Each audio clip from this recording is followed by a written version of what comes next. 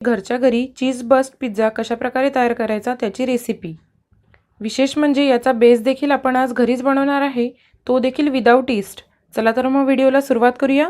नमस्कार मित्रमैत्रिणींनो, the special food मराठीवर तुमचे मनपूर्वक स्वागत आहे। रेसिपीकडे जाण्याआधी आजची रेसिपी आवडली तर लाईक करा, चॅनलला सबस्क्राइब केले नसेल तर सबस्क्राइब करून बाजूच्या घंटीलाही क्लिक करा, म्हणजे मी अपलोड केलेल्या नवीन रेसिपीचे नोटिफिकेशन सर्वात पहिले तुम्हाला येईल। सॉस तयार करण्यासाठी मंद आचेवरती एक पॅन गरम करायला ठेवलेला आहे। त्यामध्ये मी आता अर्धा इंच अद्रकाचे लहान लहान तुकडे घालून घेते आहे। त्यानंतर 7-8 लसूण पाकळ्या, त्यानंतर एक काश्मीरी लाल मिरची तोडून घालते आहे। त्यानंतर बारीक चिरलेला एक कांदा,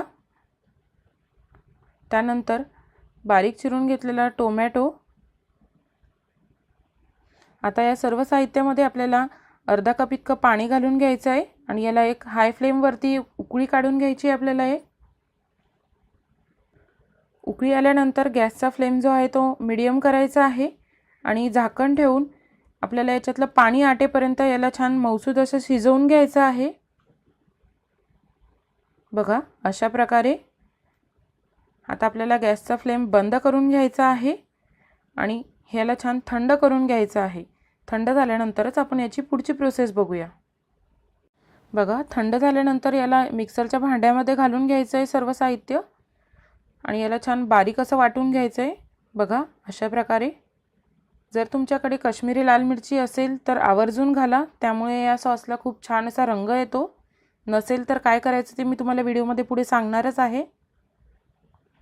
आता पुन्हा एकदा मंद आचेवरती 1 टीस्पून तेल घालून पॅन गरम करायला ठेवायचा आहे। यामध्ये हे वाटून घेतलेलं जे साहित्य आहे ते घालून 30 सेकंदासाठी याला परतवून घ्यायचं आहे।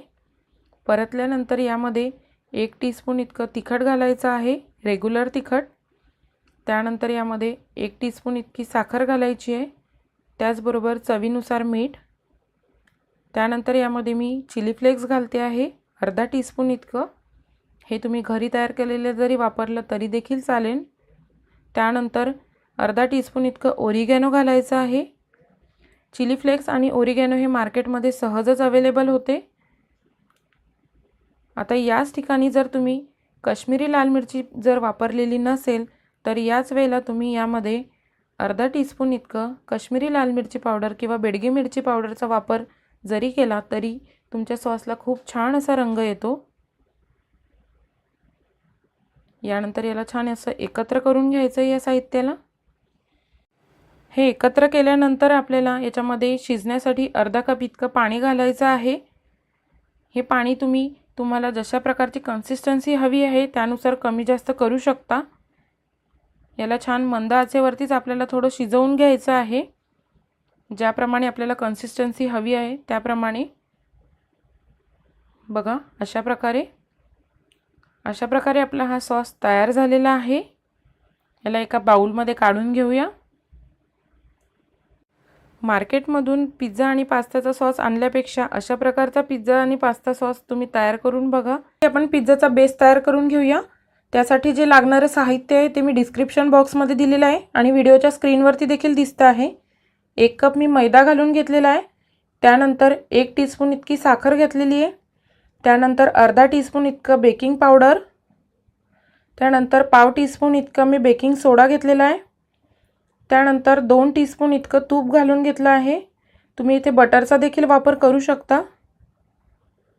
त्यानंतर इथे मी मीठ घालायचं विसरले, मी नंतर घातलेलं आहे, तुम्ही याच वेळेला मीठ घालून घ्यायचं आहे चवीनुसार। याला छान एकत्र करून घ्यायचं आहे। त्यानंतर 3 ते 4 टेबलस्पून इतकं दही घ्यायचं आहे। दही शक्यतो फ्रेशच दही घ्यायचं आहे, जास्त आंबट दही वापर नाही करायचा आहे त्याचा इथे। आणि थोडं दह्याचा वापर करून याचा छान घट्ट असा गोळा मळून घ्यायचा आहे। हे फर्मेंट होण्यासाठी आपण इथे दह्याचा वापर करतो आहे। मी आता इथे मीठ घालून घेते, मी आधी घातलं नव्हतं म्हणून मी इथे मीठ घालते आहे। आता याचा छान घट्ट असा गोळा मळून घेऊया। बघा अशा प्रकारे। खूप जास्त सैल मळायचा नाही आपल्याला, गोळा घट्ट असाच गोळा मळायचा आहे। आणि याला थोडंसं वरनं तेल लावून घेते मी। याला कमीत कमी आपल्याला 1 तासासाठी रेस्ट करायला ठेवायचं आहे। बघा 1 तास झालेला आहे आणि आपला गोळा छान फर्मेंट झालेला आहे। आता याला थोडं मळून घ्यायचं आहे। आता हा गोळा छान मळून झालेला आहे।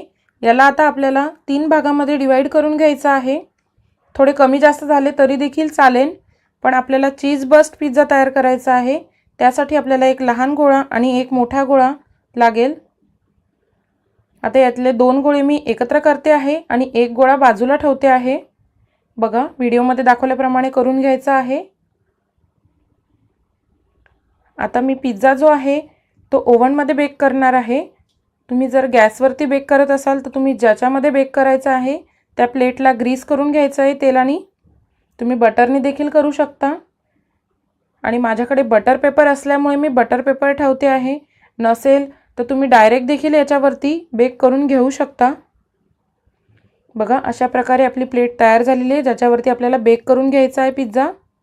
आता आपण जे पिझ्झासाठी 2 गोळे तयार करून घेतले होते त्यातील मोठा गोळा घ्यायचा आहे आणि पिझ्झाचा बेस तयार करून घ्यायचा आहे। अशा प्रकारे लाटण्याने त्याला लाटून घ्यायचं आहे। तुम्ही हाताने देखील पसरवू शकता आणि साधारण आपले पराठे जे करतो त्यापेक्षा थोडं जाडं असं बेस ठेवायचा आहे आपल्याला। बेक केल्यानंतर तो आणखी थोडा जाडा होतो। खूप जास्त पातळ लाटायचं नाही आहे आणि खूप जास्त जाडही ठेवायचं नाही आहे। बघा व्हिडिओमध्ये तुम्हाला जाडी दिसतच असेल किती ठेवलेली आहे मी, आणि व्हिडिओमध्ये दाखवते आहे त्याप्रमाणे प्लेटवरती टाकून घ्यायचं आहे आणि हाताने देखील त्याला नंतर थोडं थोडं प्रेस करून घ्यायचं आहे। आधीच्या गोळ्याप्रमाणेच आपल्याला या लहान गोळ्याची देखील पोळी लाटून घ्यायची आहे। फक्त आधीच्या बेसपेक्षा जास्त मोठी असता कामा नये, पातळ झाली तरी देखील चालेल। आपल्याला ही पोळी तव्यावरती शेकून घ्यायची आहे। चीज बस्ट पिझ्झासाठी अशा प्रकारची पोळी तयार केली जाते। मंद आचेवरतीच आपल्याला ही शेकून घ्यायची आहे। याला बटर किंवा तूप तेल वगैरे काहीही लावायचं नाही आहे। बघा व्हिडिओमध्ये दाखवल्याप्रमाणे करून घ्यायचं आहे। खूप जास्त शेकायची नाही आहे, अगदी हलकासा रंग बदलेपर्यंत शेकून घ्यायची आहे। बघा अशा प्रकारे। आता ही तयार झालेली आहे। आता आपण पिझ्झा तयार करायला घेऊया। जो आधीचा बेस आपण तयार करून घेतलेला होता, जो शिजवलेला नाही आहे, त्यावरती आपल्याला बटर लावून घ्यायचा आहे। तुमच्याकडे बटर नसेल तर तुम्ही तूप देखील लावून घेऊ शकता। पूर्ण बेसला पसरवून घ्यायचं आहे आणि त्यानंतर काटे चमच्याच्या साहाय्याने त्याला थोडेसे छिद्र पाडून घ्यायचे जेणेकरून पोळीप्रमाणे तो फुगायला नको। बघा व्हिडिओमध्ये दाखवल्याप्रमाणे त्याला छिद्र पाडून घ्यायचे आपल्याला। आता मी यावरती 4 चीजचे स्लाइस घालून घेणार आहे। तुम्हाला जर या चीजचे स्लाइस अवेलेबल नाही झाल्या तर तुम्ही इथे मोझेरेला चीज खिसून घातलं तरी देखील चालेल। फक्त साइडने अर्धा इंचाची जागा सोडून आपल्याला मध्यभागनं याच्यामध्ये हे स्लाइस किंवा किसलेलं चीज घालून घ्यायचं आहे। बघा व्हिडिओमध्ये दाखवल्याप्रमाणे। ते तसं जागा का सोडायची आहे ते तुम्हाला मी पुढे सांगणारच आहे। तुम्ही येथे जास्त स्लाइस किंवा जास्त चीज जरी वापरलं तरी देखील चालेल। आता आपण जी पोळी आधी शेकून घेतली होती तव्यावरती त्याला आता बटर लावून घ्यायचं आहे आणि बटर लावलेली जी बाजू आहे ती चीजच्या स्लाइसने टाकायची आहे व्हिडिओमध्ये दाखवल्याप्रमाणे, आणि वरतून देखील आपल्याला याला बटर लावून घ्यायचं आहे।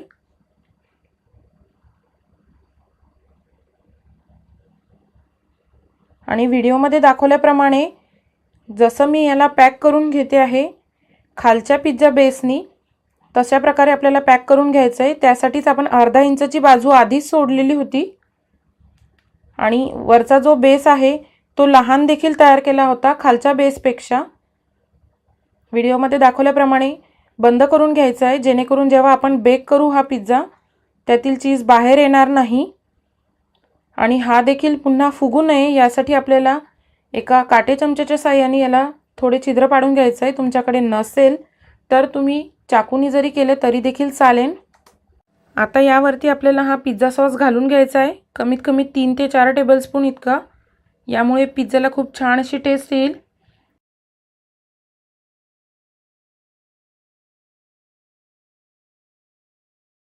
व्हिडिओमध्ये दाखवल्याप्रमाणे याला पसरवून घ्यायचं आहे।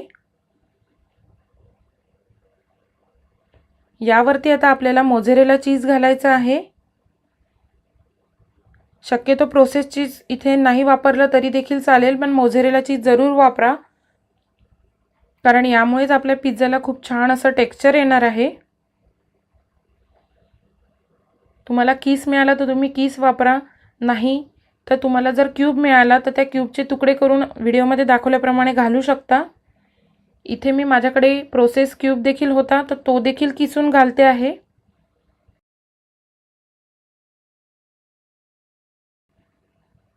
आता यावरती तुम्ही तुमच्या आवडीप्रमाणे ज्या भाज्या तुम्हाला घालून घ्यायच्या आहे त्या भाज्या तुम्ही इथे घालून घ्यायच्या आहे। मी इथे शिमला, टोमॅटो, कांदा आणि स्वीट कॉर्न घालून घेते आहे। बघा व्हिडिओमध्ये दाखवल्याप्रमाणे तुम्ही अशा प्रकारे लांब लांब देखील कट करून घालू शकता, किंवा तुम्हाला जर बारीक तुकडे हवे असेल तर तुम्ही बारीक तुकडे करून देखील घालू शकता। आता आपल्याला पिझ्झाच्या कॉर्नरनी थोडंसं बटर लावून घ्यायचं आहे, त्यामुळे आपला पिझ्झा जळणार नाही आणि त्याची टेस्ट देखील खूप छान येईल। तुम्ही ब्रशनी किंवा हाताने देखील लावू शकता। आणि वरतून देखील मी थोडंसं मोझरेला चीज टाकून घेते आहे, नाही टाकायचं असेल तरी देखील चालेल। आणि यावरती आता मी रेड चिली फ्लेक्स घालून घेणार आहे। तुम्ही हे घरी बनवलेले वापरले तरी देखील चालेल। ओरिगॅनो घालते आहे। रेड चिली फ्लेक्स आणि ओरिगॅनो काही जणांना पिझ्झा बेक झाल्यानंतर आवडतो, तुम्ही पिझ्झा बेक झाल्यानंतर जरी घातलं तरी देखील चालेल। आता हा तयार झालेला पिझ्झा कढईमध्ये जर करत असाल तर 10 मिनिटं प्रीहीट केलेल्या कढईमध्ये हाय फ्लेमवरती 10-15 मिनिटांसाठी बेक करून घ्यायचा आहे, किंवा ओव्हनमध्ये करत असाल तर प्रीहीटेड ओव्हनमध्ये 200 डिग्री सेल्सिअसवरती 15 मिनिटांसाठी बेक करून घ्यायचा आहे। बघा आता हा आपला पिझ्झा बेक झालेला आहे। याला लगेचच कट करायचं नाही आहे, जर तुम्ही लगेचच कट केलं तर यामधलं जे चीज आहे ते बाहेर येऊ शकतं, त्यामुळे साधारण 1 ते 2 मिनिटं जाऊ द्यायचे आणि त्यानंतर आपल्याला याला कट करायचं आहे। मी पिझ्झा कटरच्या साहाय्याने कट करून घेते, तुमच्याकडे नसेल तर तुम्ही चाकूने जरी केलं तरी देखील चालेल। तुम्हाला जितके पीस तयार करायचे आहे याचे त्याप्रमाणे याला कट करून घ्यायचं आहे। बघा तुम्हाला मी एक पीस उचलून दाखवते, किती छान असं चीज बाहेर येतंय त्याच्यातून मेल्ट होऊन। आपला पिझ्झा खूप छान असा झालेला आहे, बघून तोंडाला पाणी नक्कीच सुटलं असेल। तुम्ही देखील तयार करून बघा, तुम्हाला कसा वाटला ते मला कमेंटमध्ये लिहून पाठवायला विसरू नका। आवडला असेल तर लाईक आणि शेअर जरूर करा। पुन्हा भेटूया एका नवीन रेसिपी बरोबर। रेसिपी पाहिल्याबद्दल धन्यवाद।